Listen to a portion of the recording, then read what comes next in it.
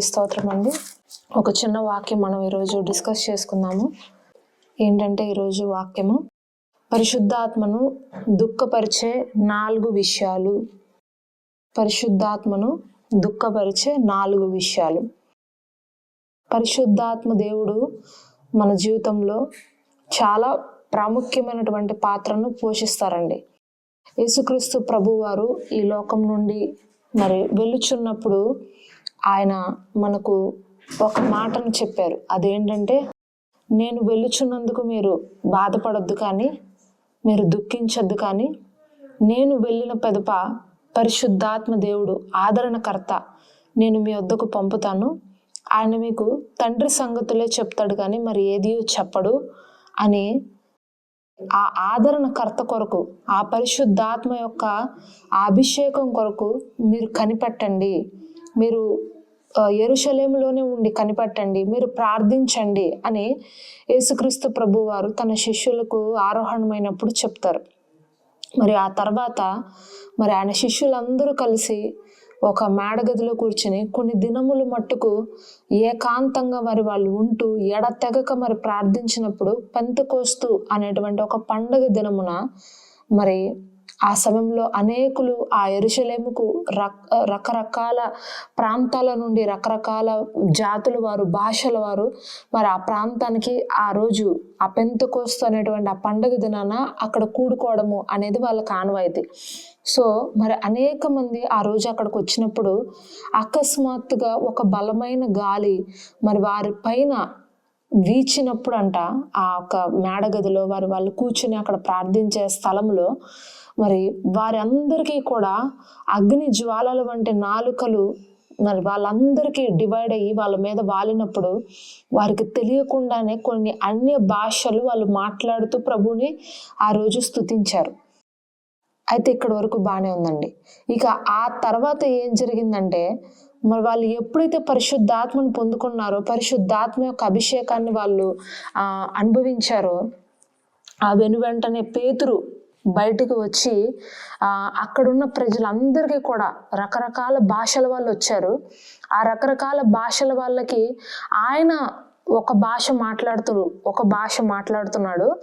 ఆయన భాషలో ఆయన మాట్లాడుతున్నప్పుడు అక్కడ ఎవరెవరైతే రకరకాల భాషలు దగ్గర 11-12 రకాల భాషలు కలిగిన మాట్లాడుతున్న వారు అక్కడికి వచ్చి ఉన్నారని మనకి బైబిల్లో సమాచారం ఉంది. సో వీళ్ళందరికీ కూడా నేను ఇప్పుడు మీకు తెలుగులో మాట్లాడుతున్నాను కదండి, నేను తెలుగులో మీకు మాట్లాడుతూ ప్రచారం చేస్తున్నాను. మీరు ఒకవేళ మీలో ఒకళ్ళకి ఇంగ్లీష్ మాట్లాడే వాళ్ళు అయి ఉండొచ్చు, ఒకళ్ళు జర్మన్ మాట్లాడే వాళ్ళు అయి ఉండొచ్చు, ఒకళ్ళు ఫ్రెంచ్ మాట్లాడే వాళ్ళు అయి ఉండొచ్చు, ఒకళ్ళు హిందీ మాట్లాడే వాళ్ళు అయి ఉండొచ్చు, ఒకళ్ళు తమిళ్ మాట్లాడే వాళ్ళు అయి ఉండొచ్చు, ఒకళ్ళు కన్నడ, ఒకళ్ళు మలయాళీ, ఇలా మీలో రకరకాల భాషలు కలిగిన వారు ఉండొచ్చు. ఇప్పుడు లేరులేండి, ఒకవేళ ఉంటే కనుక చెప్తున్నాను మీకు అర్థం కావాలని. అలాంటి వాళ్ళు కనుక ఉన్నప్పుడు నేను తెలుగులో మాట్లాడుతూ మీకు ప్రచారం చేస్తున్నాను, కానీ మీకు ఎలా అర్థమవుద్దంటే, మీరు ఒకవేళ మలయాళీస్ అయితే నా భాష మీకు మలయాళీలాగా వినిపిస్తుంది, నా భాష మీకు ఇంగ్లీష్గా వినిపిస్తుంది, నా భాష మీకు హిందీగా వినిపిస్తుంది, నా భాష మీకు జర్మన్గా వినిపిస్తుంది. ఎవరికి వాళ్ళకి అక్కడ తర్జుమా అయిపోతుందంట.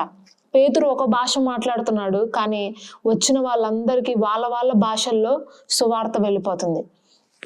హల్లెలూయా. ఇది ఒక గొప్ప వింతైనటువంటి కార్యము ఆ రోజు పెంతెకోస్తు పండగ దినాన జరిగింది.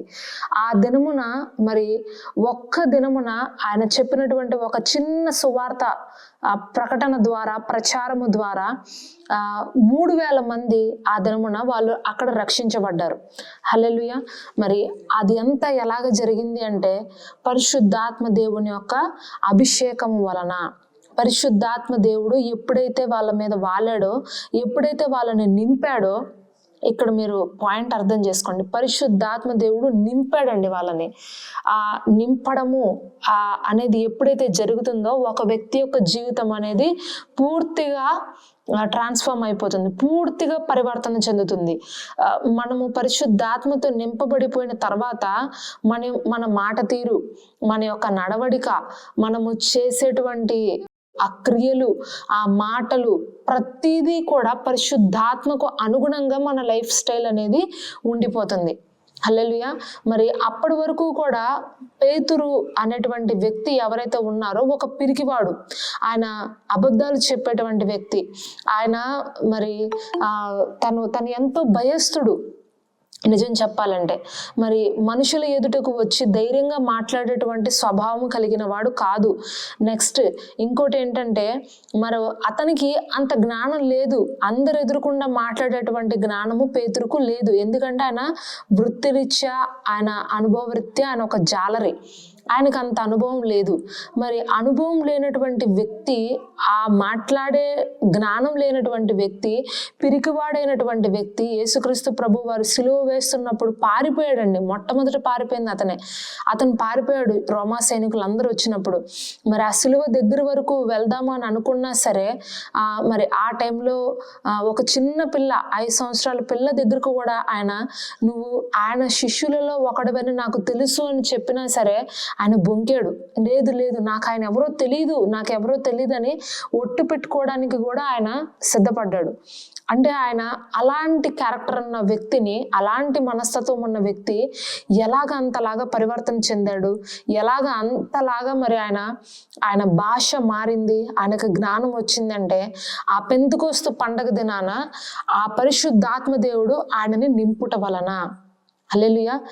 సో పరిశుద్ధాత్మ ఒక వ్యక్తిని నింపినప్పుడు మరి మీ ప్రాచీన జీవితం అంటే మీ పురాతన జీవితం, మీ పాత బ్రతుకు, మీ పాత అలవాట్లు, మీ పాత చేష్టలు, మీ క్రియలు ఏవైతే ఉన్నాయో అవన్నీ కూడా పరిశుద్ధాత్మ దేవుడు నింపినప్పుడు ఏమైపోతుందంటే నవీన స్వభావము మీకు వచ్చేస్తుంది. అర్థమవుతుందండి? క్రొత్త వ్యక్తులుగా మీరు మారిపోతారు, క్రొత్త జీవితం మీకు వస్తుంది, క్రొత్త ఆత్మతో మీరు నింపబడతారు, క్రొత్త భాష మీరు పొందుకుంటారు. మరి ఆ జ్ఞానము మీకు వస్తుంది. దేవుడు మిమ్మల్ని అనేకులకు ఆశీర్వాదకరంగా మార్చుకుంటాడు. హల్లెలూయా. మరి పరిశుద్ధాత్మ ద్వారా మనము అనేకమైనటువంటి మార్పులు మన జీవితంలో మనము చూడొచ్చు. అర్థమవుతుందండి? అయితే ఆ పరిశుద్ధాత్మను ఈరోజు ప్రభు మనందరికీ ఇచ్చి ఉన్నారు. కేవలము పేతురు, యోహాను, యాకోబు వీరికి మాత్రమే కాదండి. పరిశుద్ధాత్మ దేవుని ఎవరైతే మరి కోరుకుంటారో, అయ్యా నువ్వు నాకు కావాలి, నీ ఆత్మ నాకు కావాలి, నీ ఆత్మతో నన్ను నింపు అని ఎవరైతే అడుగుతారో వాళ్ళందరిపైన కూడా దేవుడు మరి ఎంతో చక్కగా పరిశుద్ధాత్మని నింపుతాడండి ఈ రోజుల్లో. అయితే ఇక్కడ పౌలు ఎఫెసీయులకు రాసినటువంటి పత్రికలో కొన్ని మాటలు చెప్తున్నాడు. ఏంటంటే, నీవు ప్రాచీన స్వభావంలో బహుశా నువ్వు ఇలాగున్నావేమో, నీ మాట బాగలేదు, నీ క్రియలు బాగలేదు, నువ్వు చెప్పేది ఏది కూడా బాగలేదు, నువ్వు అంతా కూడా నీ మనసుకు నచ్చినట్లుగా నువ్వు నడుచుకున్నావు, నీ శరీరం ఏది కోరుకుంటే అది నువ్వు చేసావు. ఒక వ్యర్థమైనటువంటి ఆలోచన నీకు వచ్చినప్పుడు ఆ శరీరాన్ని తృప్తిపరచాలని నువ్వు దానికి తగినట్లుగా నువ్వు నడుచుకున్నావు. కానీ ఇప్పుడు నువ్వు పరిశుద్ధాత్మతో నింపబడ్డావు. ఇప్పుడు నువ్వు పరిశుద్ధాత్మ ద్వారా నువ్వు నడిపించబడుతున్నావు. ఇకపైన నువ్వు జీవించే జీవితం ఎవరిది అంటే అది క్రీస్తుది. అవునా అండి? ఎంతమంది ఒప్పుకుంటారు? క్రీస్తు నాలో ఉన్నాడు, క్రీస్తు నాతోనే ఉన్నాడు, నేను క్రీస్తుకు చెందిన వాడను, నేను క్రీస్తుకు చెందిన దానను, నేను ఇకపైన జీవించినది క్రీస్తు కొరకే కానీ నా కొరకు కాదు అని మీరు ఒప్పుకున్నట్లయితే కనుక ఈరోజు మరి క్రీస్తు ద్వారా మీరు ఏవేవైతే సంపాదించుకోవాలో అవన్నీ కూడా మీ జీవితంలో మీరు సంపాదించుకుంటారు. పాత జీవితంలో మీరు ఎవరికి సంబంధించిన వారంటే ఈ లోకానికి సంబంధించిన వారు. ఈ లోకపు కార్యాలు మీ లైఫ్లో జరిగినాయి, ఈ లోకపు క్రియలు, పారంపర్యాచారమైనటువంటి ప్రతి క్రియను మీరు చేశారు. మీకు తెలియక చేసినవి కొన్ని, తెలిసి చేసినవి కొన్ని. కానీ ఎప్పుడైతే క్రీస్తు నా సొంత రక్షకుడు అని మీరు అంగీకరించారో, క్రీస్తులోనికి మీరు ఎప్పుడైతే వచ్చారో ఆ దినము నుండి మరి పరిశుద్ధాత్మ దేవుడు మిమ్మల్ని మరి ఆయన ప్రకారంగా మిమ్మల్ని నడిపిస్తున్నాడు. హల్లెలూయా. అయితే మరి పరిశుద్ధాత్మ దేవుడు చాలా సున్నితమైనటువంటి వ్యక్తి అండి. ఆయన ఎంత సెన్సిటివ్ అంటే, ఒక పసిబిడ్డ మన దగ్గరకు వచ్చిందనుకోండి, ఒక చిన్న రోజుల పిల్ల మన దగ్గర ఉందనుకోండి, ఫర్ సపోజ్, ఆ రోజుల పిల్లల్ని మనము చాలా చక్కగా చాలా జాగ్రత్తగా ఒక గాజు బొమ్మ చూసినట్టు మనం ఆ పిల్లల్ని చూసుకుంటాం. ఎందుకంటే వాళ్ళు అంత సెన్సిటివ్గా ఉంటారు. వాళ్ళకి ఎక్కడ కూడా మనము ఇబ్బంది కలిగించము. వాళ్ళకి ఏది కావాలో అన్ని ప్రొవైడ్ చేసేస్తాం. మనము ఒక చిన్న బిడ్డని, ఒక చిన్న బేబీని మనం ఎట్లా చూస్తాము, అపురూపంగా ఎలా చూస్తాము, అలా పరిశుద్ధాత్మ దేవుడిని కూడా మనం అలా చూడాలంట. అర్థమవుతుందండి? పరిశుద్ధాత్మ దేవుడిని కూడా, నీలో ఉన్న పరిశుద్ధాత్మ దేవుడిని కూడా నువ్వు ఒక చిన్న బేబీ, నీలో ఒక చిన్న బేబీ ఉంది అనే ఫీలింగ్లో నువ్వు ఉండాలి. నీ అంతరంగ పురుషుల్లో ఒక చిన్న పసిబుడ్డ ఉన్నాడు, ఒక గాజు బొమ్మ ఉంది అనే ఫీలింగ్లో నువ్వు ఉండాలన్నమాట. ఆ ఫీలింగ్లో కనుక నువ్వు ఉంటే నీ యొక్క ప్రవర్తన, నీ నడవడిక, నీ మాట తీరు, నువ్వు చూసే చూపు అన్నీ కూడా ఎలాగైపోతాయంటే క్రీస్తు ఎలా చూస్తాడో అలాగే చూస్తావు, క్రీస్తు ఎలా మాట్లాడతాడో అలాగే మాట్లాడతావు, క్రీస్తు ఎలా ఉంటారో వేరే వ్యక్తులతో నువ్వు అలాగే అయిపోతావు. అది పరిశుద్ధాత్మ దేవుణ్ణి గౌరవిస్తున్నటువంటి వ్యక్తులలో ఉన్నటువంటి ఒక మార్పు. అర్థమవుతుందండి? ఇక్కడ ఇప్పుడు మీరు వాక్యంలోకి రండి. ఇదంతా కూడా నేను మీకు ఇంట్రడక్షన్ ఇచ్చాను అనమాట పరిశుద్ధాత్మ గురించి. ఇప్పుడు పరిశుద్ధాత్మని ఎలాంటి విషయాలు దుఃఖపరుస్తాయి, ఆయన అసలు ఎందుకు హట్ అవుతాడు, ఏం చేస్తే ఆయన హట్ అవుతారు అనే విషయాలు మనం ఇప్పుడు చూద్దాం. మనము ఈ యొక్క మార్గాలు కనుక, ఈ యొక్క విషయాలు కనుక మనం ఫాలో అయితే మరి చాలా జాగ్రత్త పడతాము. ఇంకా మరి అన్నిటికీ కూడా ఆయన్ని మనము దుఃఖపరచం. ఎఫెసీయులకు రాసిన పత్రిక 4వ అధ్యాయము 25 నుంచి 30 వచనాల వరకు అండి. ఒక్కసారి చదువుకుందాము. ఎఫెసీయులకు రాసిన పత్రిక 4వ అధ్యాయము 25 నుంచి 30 వచనాలు. మనము ఒకరికొకరము అవయవములై ఉన్నాము కనుక మీరు అబద్ధమాడుట మాని ప్రతివాడును తన పొరుగువానితో సత్యమే మాట్లాడవలెను. కోపపడుడి గాని పాపము చేయకుడి. సూర్యుడు అస్తమించు వరకు మీ కోపము నిలిచి ఉండకూడదు. అపవాదికి చోటీయకుడి. దొంగిలవాడు ఇక మీదట దొంగిలక అక్కరగల వానికి పంచిపెట్టుటకు వీలు కలుగు నిమిత్తము తన చేతులతో మంచి పని చేయుచు కష్టపడవలెను. వినువారికి మేలు కలుగునట్లు అవసరమును బట్టి క్షేమాభివృద్ధికరమైన అనుకూల వచనమే పలుకుడి గాని దుర్భాష ఏదైనను మీ నోట రానియకుడి. దేవుని పరిశుద్ధాత్మను దుఃఖపరచుకుడి. విమోచన దినము వరకు ఆయన యందు మీరు ముద్రింపబడి ఉన్నారు. చాలండి. సమస్తము చూడండి, ఇక్కడ దేవుని పరిశుద్ధాత్మను మీరు దుఃఖపరచకండి. దేవుని పరిశుద్ధాత్మను దుఃఖపరచకండి. ఏమేమి విషయాలు మనల్ని దుఃఖపరుస్తాయి, ఏ విషయాలు మనము చేస్తే ఆయన దుఃఖపడతాడంటేనంట, మనము ఒకరికి ఒకరము అవయవములై ఉన్నాము కనుక మీరు అబద్ధం ఆడటము మాని ప్రతివాడు తన పొరుగువానితో సత్యమే మాట్లాడవలెను. ఇది ఫస్ట్ విషయము అబద్ధాలు అనేవి చాలామంది లైఫ్లో నేను చూస్తాను. కొంతమందిని నీళ్లు తాగినట్టు అబద్ధాలు చెప్పేస్తారు, నీళ్లు తాగినట్టు. మరి ఇక్కడ నేను పంజాబ్కి వచ్చాక, నేను ఆంధ్రాలో ఉన్నప్పుడు, తెలంగాణలో ఉన్నప్పుడు నాకు అక్కడక్కడ కనిపించేవారండి అబద్ధాలు చెప్పేవాళ్ళు. నిజంగా చెప్తున్నాను, హార్ట్ఫుల్గా చెప్తున్నాను. అక్కడక్కడ అప్పుడప్పుడు కనిపించేవారు కొంతమంది. బట్ ఇంకొక విషయం ఏంటంటే, మన సౌత్ ఇండియాలో, మన తెలంగాణలో ఒకవేళ అబద్ధం ఆడినా సరే ఎట్లా అంటే అతికినట్టు అబద్ధం చెప్తారనమాట. నాకు నవ్వొస్తుంది. ఒక గోడ కట్టినట్టుగా నీట్గా అబద్ధాన్ని కడతారనమాట మన సైడ్. అంటే వాళ్ళు అబద్ధం ఆడినా కూడా అసలు తెలియదు అనమాట, వీళ్ళు అబద్ధం చెప్తున్నారా అనే విషయం కూడా మనకు తెలియదు. అంత నైస్గా అబద్ధం చెప్తారు మన సైడ్.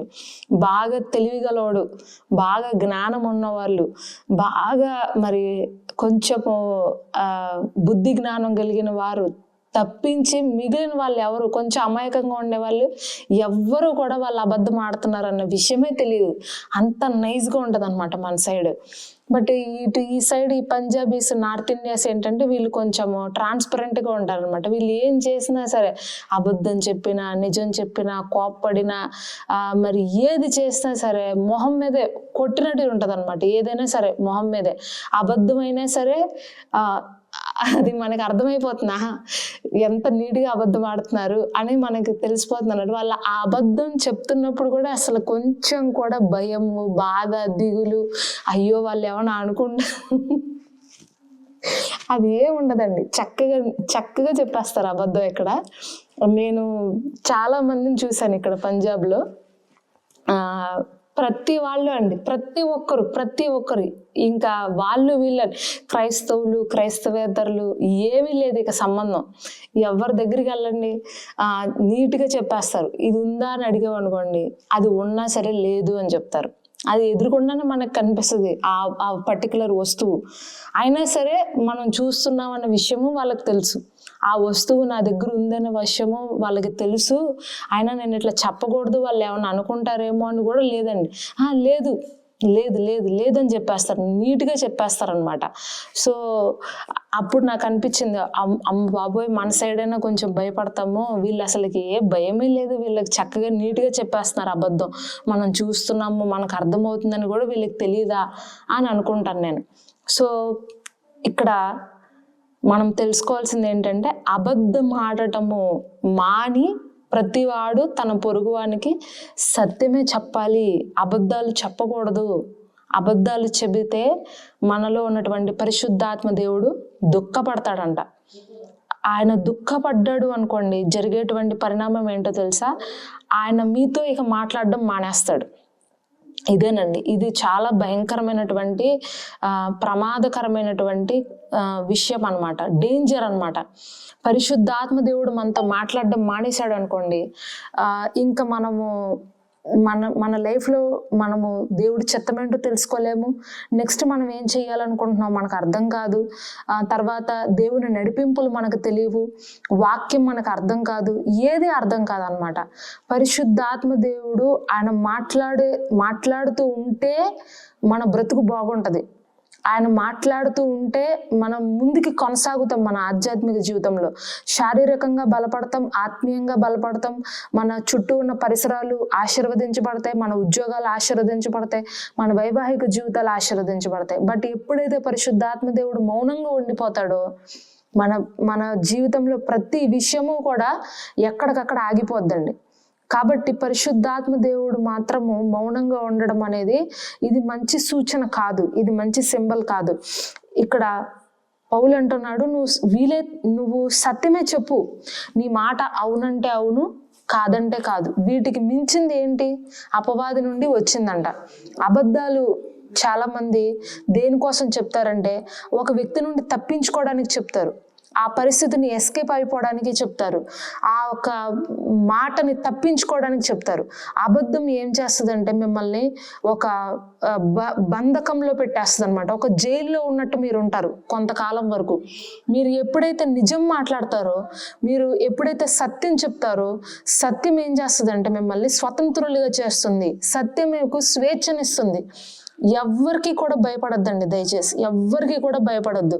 ఒకవేళ ఆ మాట మీరు చెప్పటం వల్ల బహుశా వాళ్ళు ఏమన్నా అనుకుంటారేమో, వాళ్ళు ఏదన్నా బాధపడతారేమో, లేకపోతే నన్ను ఏదన్నా వాళ్ళు ఇబ్బంది పడతారేమో అని కొంతమంది అలా భావించి అబద్ధాలు చెప్పేస్తారు, ఆ పర్సన్ని ఎస్కేప్ చేసుకోవడానికి, అతని నుంచి తప్పించుకోవడానికి.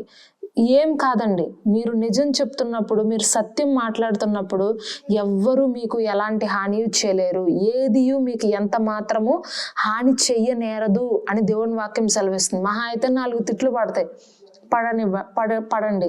మహా అయితే 2 దెబ్బలు కొట్టనివ్వండి. అంతేకాని అబద్ధాలు చెప్పారనుకోండి, పరిశుద్ధాత్మ దేవుడు, మీలో ఉన్న పరిశుద్ధాత్మ దేవుడు దుఃఖపడతాడు. కాబట్టి ఆయనని దుఃఖపట్టడం అనేది మంచిది కాదు. ఒకవేళ మీకు ఆ పర్సన్స్తో మీ విషయాలు చెప్పుకోవడం మీకు ఒకవేళ ఇష్టం లేదనుకోండి, అతని నుంచి నైస్గా మీరు తప్పుకోండి, అంతే. మాట్లాడడం ఇష్టం లేకపోతే, మీరు సంజేసి చెప్పుకోవడం మీకు ఇష్టం లేదనుకోండి, నేను తర్వాత మాట్లాడతా, నాకు ఇప్పుడు టైం లేదు, నాకు వేరే పని ఉంది అని చెప్పి మీరు అలా ఆ ఒక విషయాన్ని తప్పించండి, కానీ అబద్ధం మాత్రం చెప్పద్దు. హల్లెలూయా. సత్యమే మాట్లాడండి. మీ మాట అవునంటే అవును, కాదంటే కాదు. మీరు ఫేస్ చేయలేకపోతే ఆ పర్సన్స్తో మీరు దూరంగా ఉండండి తప్పితే కావాలని ఆ ఒక సమయం తప్పించుకోవాలని ఎప్పుడు అబద్ధాలు చెప్పొద్దు. ఇది ఫస్ట్ పాయింట్ అండి. రెండో పాయింట్, కోప్పడుడి కానీ పాపం చేయకండి. సూర్యుడు అస్తమించే వరకు మీ కోపము నిలిచి ఉండకూడదు. కోపము అనేది దేవుడి నుండి వచ్చింది కాదు, ఇది అపవాది నుండి వచ్చినది. దేవుడి నుండి వచ్చేది ఏంటంటే దీర్ఘశాంతము, దయాలత్వము, మంచితనము, సాత్వికము, ఆశ నిగ్రహము, ఇవన్నీ కూడా దేవుని దగ్గర నుండి వచ్చింది. కోపము, ద్వేషము, అసూయ, గర్వము, మత్తతలు, అల్లరితో కూడిన ఆటపాటలు, ఇవన్నీ కూడా అపవాది నుండి వచ్చినవి. ఈ అపవాది నుండి వచ్చేటువంటి విషయాలు ఏవైతే ఉంటాయో ఇవన్నీ కూడా మన శరీరాన్ని, మన తలంపుల్ని, మన అంతరంగ జీవితాన్ని, మన ఆధ్యాత్మిక జీవితాన్ని ఇవన్నీ పాడు చేసేవండి. కోపము అనేది మంచిదే, అది ఒక టైము, ఒక స్థాయి వరకే మనకు ఉండాలి, అది అర్థమవుతుందండి. అలాగని కోపపడద్దు, అసలు మీరు చాలా శాంతి స్వరూపముగా మీరు ఉండిపోండి అనేది నేను చెప్పట్లేదు. కోపం వస్తుందండి, మనము మనుషులము, మనము శరీరంలో ఉన్నాము, రక్త మాంసాలతో ఉన్నాము, మనకి కోపం వస్తుంది. బట్ చాలా మంది చేసే తప్పు ఏంటంటే ఆ కోపాన్ని అలా లోపల పెట్టుకొని కొన్ని నెలల పాటు, కొన్ని సంవత్సరాల పాటు దాన్ని క్యారీ చేస్తూ ఉంటారు, దాన్ని పొడిగిస్తూ ఉంటారు.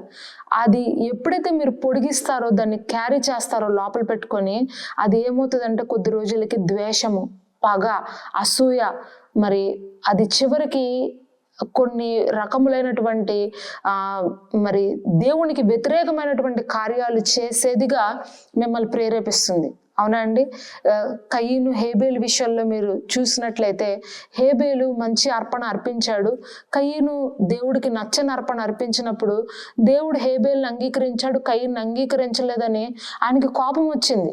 దేవుడి మీద ఆయన కోపం వచ్చింది, తన తమ్ముడి మీద కూడా కోపం వచ్చింది. కోపం వచ్చినప్పుడు అతను ఏం చెయ్యాలి? ఆ టైంలో అతను దేవుడి దగ్గరికి వెళ్ళి అడగాలి, క్షమాపణ చెప్పాలి. ప్రభువా, నేను నీకు నచ్చింది నేను చేశాను, దయతో నన్ను క్షమించు, ఎలా ఉండాలో నాకు చెప్పు, ఎలాంటి అర్పణ నీకు ఇవ్వాలో నాకు చెప్పు అని అడిగితే ప్రభు ఆయనకి సలహా ఇచ్చేవారు, ఆయనతో మాట్లాడేవారు. కానీ ఆయన ఏం చేశాడు? ఆ కోపాన్ని ఆయన బహిర్గతం చేసి దాన్ని బయటపెట్టి తన తమ్ముడిని చంపేశాడు. నష్టపోయింది ఎవరు? తనే. ఒక దేశ దిమ్మరుగా అతను మారిపోయి చివరికి మరి దేవునికి దూరం అయ్యి ఆయన జీవితం అంతా కూడా పాడైపోవడానికి ఆయన కోపము ఆయన బాధ పెట్టింది, దేవుడి నుంచి దూరం చేసేసింది. ఈరోజు కోపం వల్ల చాలా కుటుంబాలు మరి విడిపోతున్నాయండి. ముఖ్యంగా భార్యాభర్తల మధ్యలో అండర్స్టాండింగ్ లేకపోవడము, మరి భార్యాభర్తల మధ్యలో సమాధానం లేకపోవడం, చిన్న చిన్న విషయాలకి కోపం తెచ్చేసుకొని మరి ఆ కోపాన్ని పెట్టుకొని లోపల పెట్టుకొని భర్త భార్య మీద కోపగించుకొని ద్వేషం పెట్టుకోవడం, భార్య భర్త మీద కోపం పెట్టుకొని ద్వేషం పెట్టుకోవడం, తద్వారా కుటుంబాలన్నీ కూడా చల్ల చెదురుగా అయిపోవడానికి కారణము మరి మనసులో ఉన్నటువంటి ఆ కోపాన్ని క్యారీ చేయటం వల్లే. మీకు మీ భర్త మీద కోపం వచ్చింది అనుకోండి, రాత్రి పడుకునే లోపలే దాన్ని సమాధాన పరుచుకొని ఇద్దరూ కూడా మరలా దేవుని వద్ద ప్రార్థన చేసి సమాధానంతో మీరు విశ్రమించుటకు, నిద్రించుటకు వెళ్ళాలి. కానీ కోపంతో మాత్రము ఎప్పుడు కూడా మీ యొక్క డేని మీరు ఫినిష్ చేయొద్దు. మీరు కోపం ఉంటే, ఎవరి మీద కోపం ఉన్నా సరే, ఎవరి మీద మీకు కోపం వచ్చినా సరే, మరి సూర్యుడు అస్తమించేంత వరకు కూడా మీ కోపము నిలిచి ఉండకూడదంట, దాన్ని మీరు క్యారీ చేయకూడదంట. అది ఎప్పుడైతే మీరు దాన్ని క్యారీ చేస్తారో మీలో ఉన్నటువంటి పరిశుద్ధాత్మ దేవుడు దుఃఖపడతాడు. ఆయన మీలో దుఃఖపడడం ప్రారంభించాడంటే ఆయన మౌనంగా ఉండిపోతాడు, ఆయనకి సైలెంట్ అయిపోతాడు, ఆయనకి ఏమీ మాట్లాడలేడు మీతో. అర్థమవుతుందండి? ఆయన చాలా చురుకైన వాడు, ఆయన త్వరగా మాట్లాడే దేవుడు, ఆయన త్వరగా సమాధానం చెప్పే దేవుడు, అంతే సెన్సిటివ్ కూడా. అర్థమవుతుందండి? పరిశుద్ధాత్మ దేవుడిని మనము అర్థం చేసుకోవాలి. ఆయన మనతో ప్రవర్తించేటువంటి ఆ ఒక విధానం గురించి మనము స్టడీ చేయాలి. ఆయన ఎలా మాట్లాడతారు, ఆయన ఎప్పుడెప్పుడు ఆయన మౌనంగా ఉండిపోతున్నారు, ఎందుకు ఆయన సమాధానం చెప్పట్లేదు, ఎందుకు ఆయన మనతో సరిగా మాట్లాడట్లేదు అని మనం ఆగి ఆలోచించి మనం కూర్చుంటే కనుక దేవుడు సన్నిధానంలో పరిశుద్ధాత్మ దేవుడు ప్రతిదీ మీకు చూపిస్తారండి. ఎక్కడెక్కడ నువ్వు మిస్టేక్ చేస్తున్నావు, ఎక్కడెక్కడ నువ్వు ఆయన్ని దుఃఖపరుస్తున్నావు, ఏ విషయంలో నువ్వు ఆయన్ని దుఃఖపరుస్తున్నావు అనేటువంటి ప్రతి విషయాన్ని మీకు ఆయన బహిర్గతం చేస్తారు. హల్లెలూయా. మరి దేవుని వాక్యం సెలవిస్తుంది, అపవాదికి మీరు చోటివ్వకండి.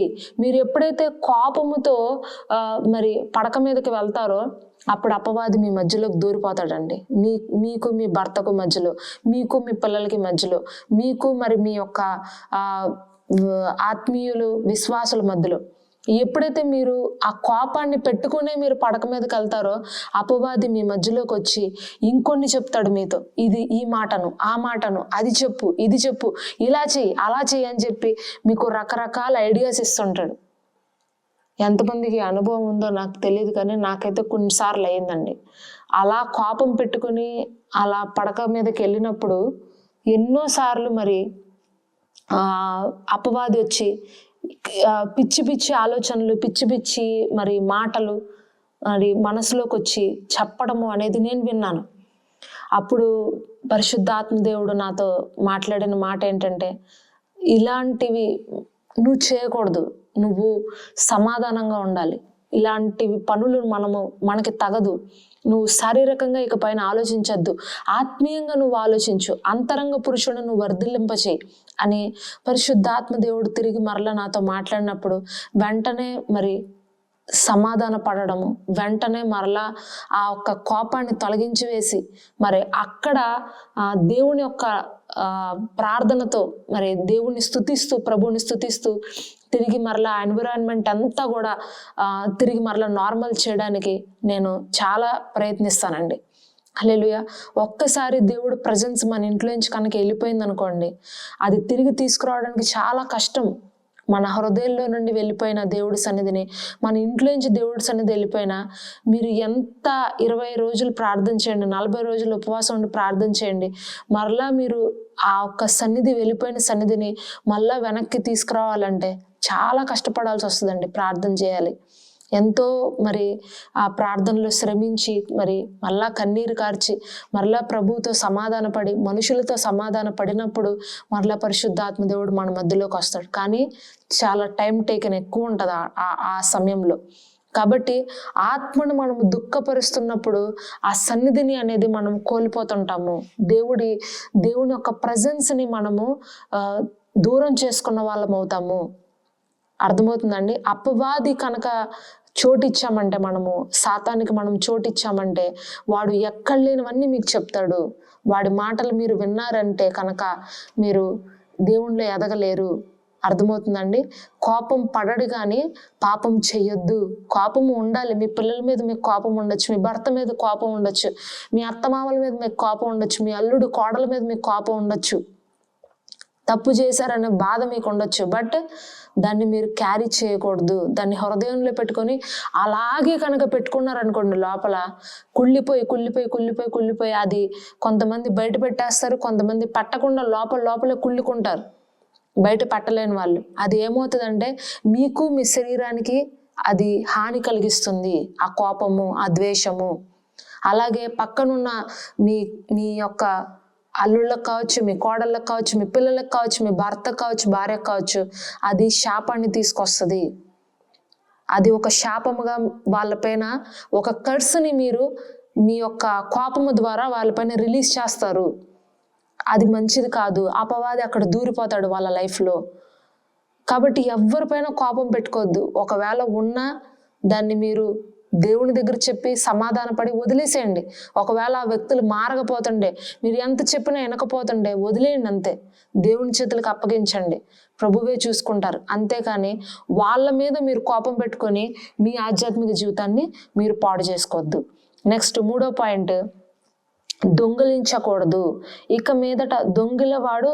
మీదట దొంగిలించక అక్కర గలవానికి పంచిపెట్టుటకు వీలు కలుగు నిమిత్తము మంచి పని చేయొచ్చు కష్టపడాలి.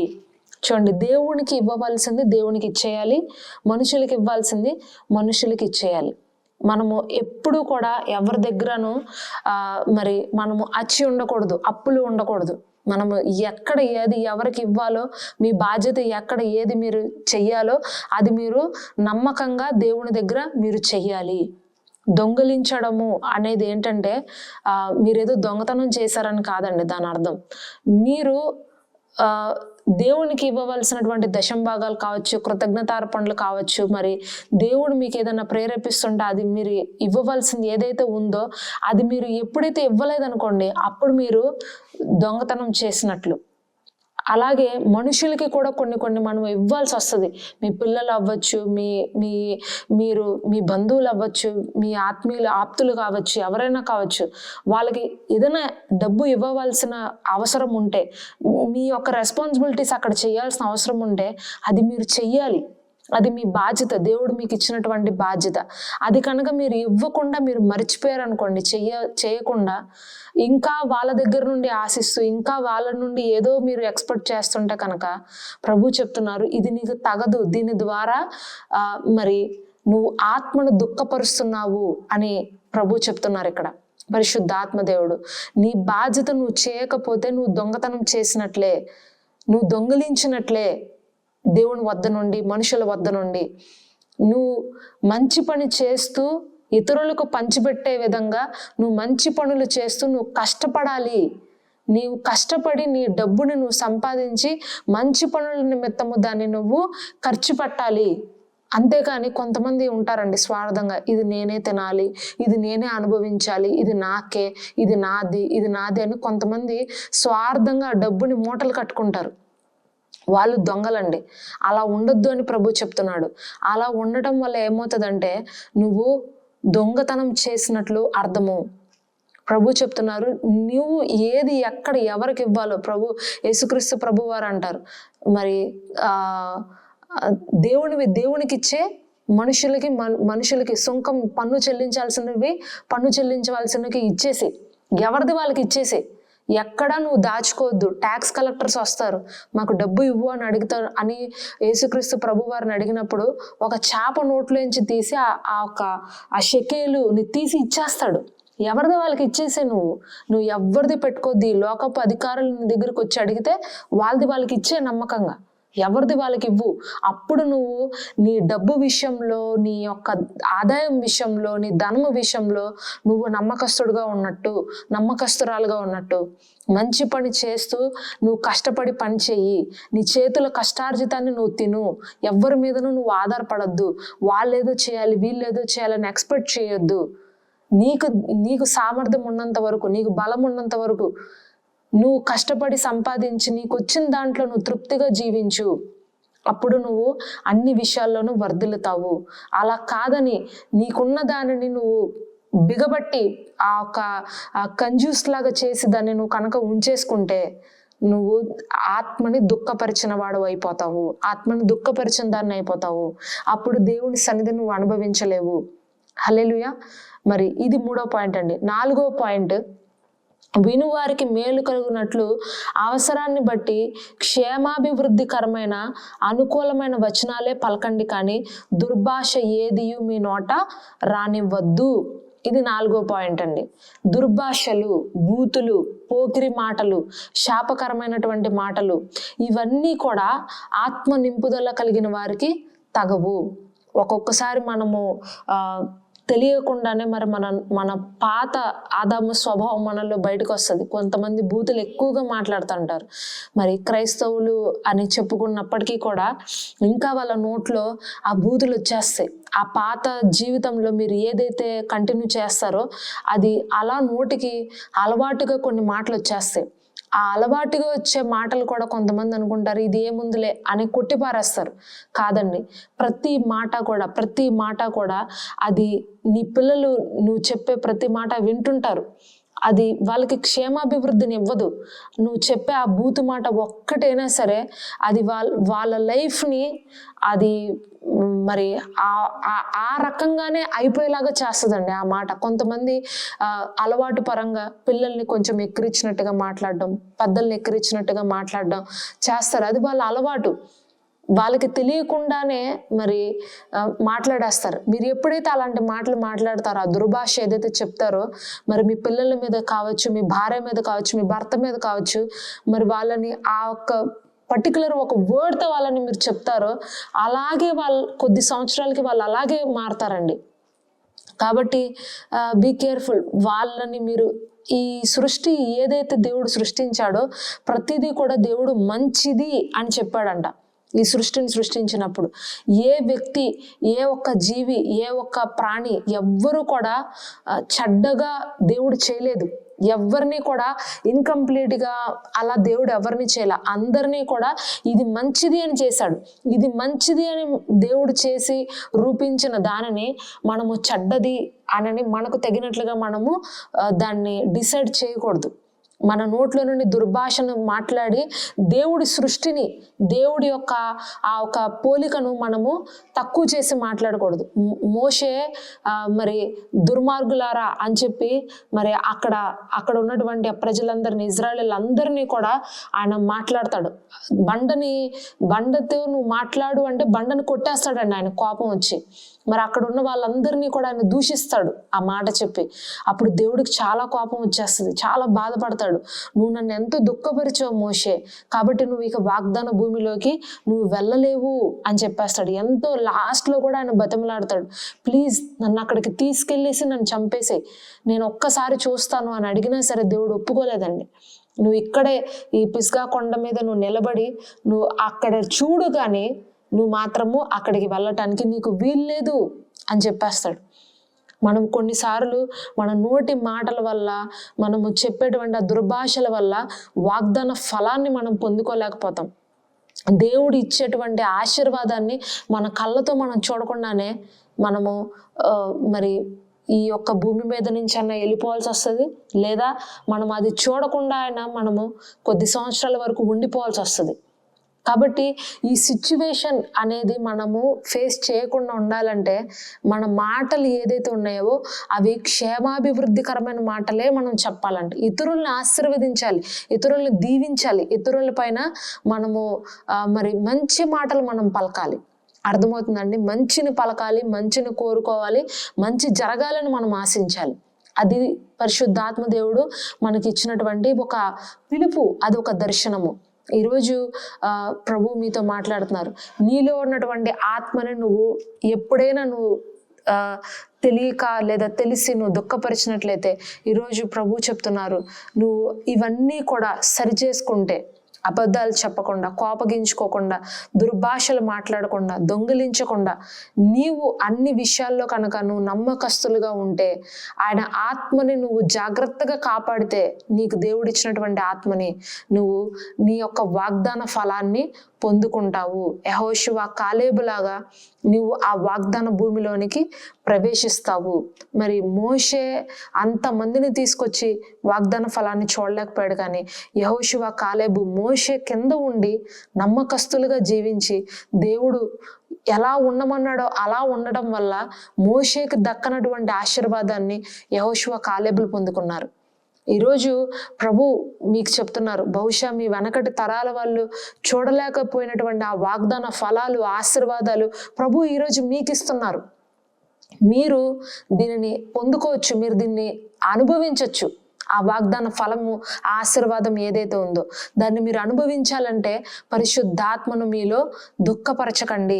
ఆయన సంతోషంగా ఉండేలాగా మీ యొక్క జీవన విధానాన్ని, జీవన శైలిని మీరు ఆయనకు తగ్గట్టుగా మీరు మార్చుకున్నట్లయితే మీరు అనేక విషయాలలో ముందుకు కొనసాగుతారు.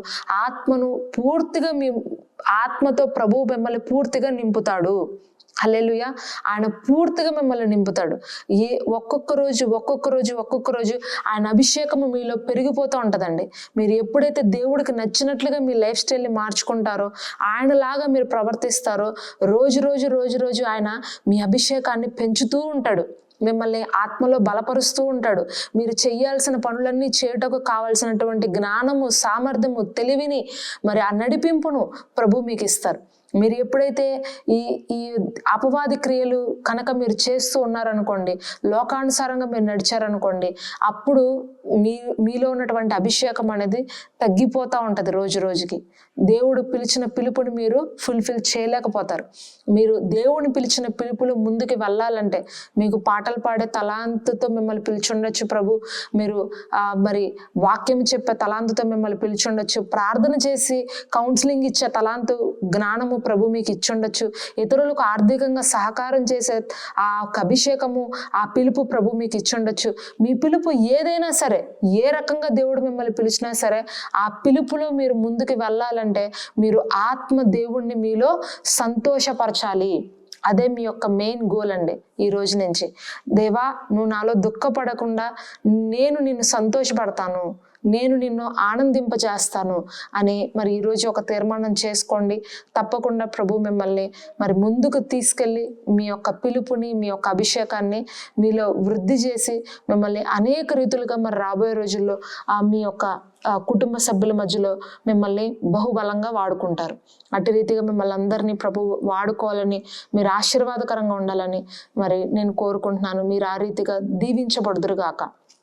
మరి ఈ సమయంలో మనము ప్రార్థన చేసుకుందామండి. ప్రార్థన చేసుకుని మరి ఈ యొక్క సందేశాన్ని ముగిద్దాం. ప్రార్థన. పరిశుద్ధుడా, ప్రేమ కలిగిన తండ్రి, నీకు వందనాలయ్యా. ప్రభా, పరిశుద్ధాత్మను మీరు దుఃఖపరచద్దు అని నువ్వు చెప్తున్నావు తండ్రి. అవును ప్రభా. అయ్యా, మరి నీ యొక్క ఆత్మను మేము ఎన్నోసార్లు దుఃఖపరిచిన సందర్భాలు ఉన్నాయి ప్రభా, దయచేసి క్షమించండి అయ్యా తండ్రి. మరి మేము దేవా మరి అబద్ధములాడి కోపగించుకొని తండ్రి, మరి అపవాదికి మేము చోటిచ్చి అనేక మార్లు తండ్రి నేను బాధపెట్టిన సందర్భాలు ఉన్నాయి ప్రభా, దయచేసి క్షమించు తండ్రి. మరి ఏదైతే మరి మేము చేయుచున్నామో అది నీకు మరి వ్యతిరేకంగా ఉన్నటువంటి కార్యములు ఏవైతే ఉన్నాయో వాటన్నిటిని మా నుండి దూరపరచండి ఈ సమయంలో తండ్రి. ప్రభా, మరి మీ యొక్క ఆత్మతో దినదినము మమ్మల్ని నింపండి ప్రభా. పేతురు, యోహాను, యాకోబు మరి తక్కిన మంది శిష్యులందరూ ఎలాగ వాడబడ్డారో ఆనాడు ఆది అపోస్తలుల మధ్యలో తండ్రి, మరి మమ్మల్ని కూడా మీరు ఆ రీతిగా వాడుకోనండి ప్రభా. అయ్యా, మా నడక, మా పడక, మా ఆలోచన, మా యొక్క తండ్రి చూపు, మా భాష అన్నీ కూడా తండ్రి మీరు క్రొత్తదిగా చేయమని వేడుకుంటున్నాం ప్రభా. నజరుడని యేసు నామములో సమస్తమును క్రొత్తదిగా మీరు చేయుచున్నందుకు నీకు వందనాలు ప్రభా. ప్రాచీన జీవితమును తొలగించి వేసి నూతన జీవితంలోనికి, నూతన ఆత్మలోనికి మమ్మల్ని తీసుకెళ్తున్నందుకు నీకు స్తోత్రాలు ప్రభా. దేవా, పరిశుద్ధాత్మ తండ్రి మమ్మల్ని సంపూర్తిగా మీరు నింపుచున్నందుకు నీకు స్తోత్రాలు ప్రభా. అయా, నీ ఆత్మతో మమ్మల్ని అభిషేకిస్తున్నందుకు నీకు స్తోత్రాలు ప్రభా తండ్రి. మరి ఇకపైన తండ్రి మరి మేము చిగురించదము గాక, ఇకపైన మరి మేము నీలాగా ఆలోచించదము గాక, నీలాగా మేము చూచుదము గాక, నీలాగా మేము ప్రవర్తించదము గాక యేసు నామములో. హల్లెలూయా. మరి ఇక్కడ ఉన్న వారందరినీ మీరు అభిషేకించండి, ఆశీర్వదించండి అయ్యా. మరి ఎక్కడెక్కడైతే మరి వాళ్ళు తప్పిపోతున్నారో ఆయా స్థలాలలో తండ్రి నీ ప్రియులందరినీ నువ్వే తండ్రి సరిచేసి బలపరిచి నీ యొక్క ప్రతిరూపాలుగా మరి వీళ్ళందరినీ వాడుకొని రాబోయే దినముల్లో మరి వీరిపైన ఏవేవైతే పిలుపులు ఉన్నాయో, నీ యొక్క నడిపింపులు ఉన్నాయో అవన్నీ వీరు గుర్తించి ఆ ప్రకారంగా నీ కొరకు నడుచుటకు, నీ సాక్షులుగా మరి వీరు ఉండుటకు నీవే సహాయం చేయమని వేడుకుంటూ ఈ చిన్న ప్రార్థన యేసుక్రీస్తు వారి అతి పరిశుద్ధ నామంలో అడిగి వేడుకుంటున్నాను ప్రియ పరలోకపు తండ్రి. ఆమేన్, ఆమేన్. దేవుని యొక్క ప్రేమ, కుమారుని యొక్క కృప, పరిశుద్ధాత్మ ఆదరణ కర్త అన్యోన్య సావాసము మీకు, మీ కుటుంబాలకు సదాకాలము తోడై ఉండి ఆశీర్వదించి దీవించును గాక. ఆమేన్.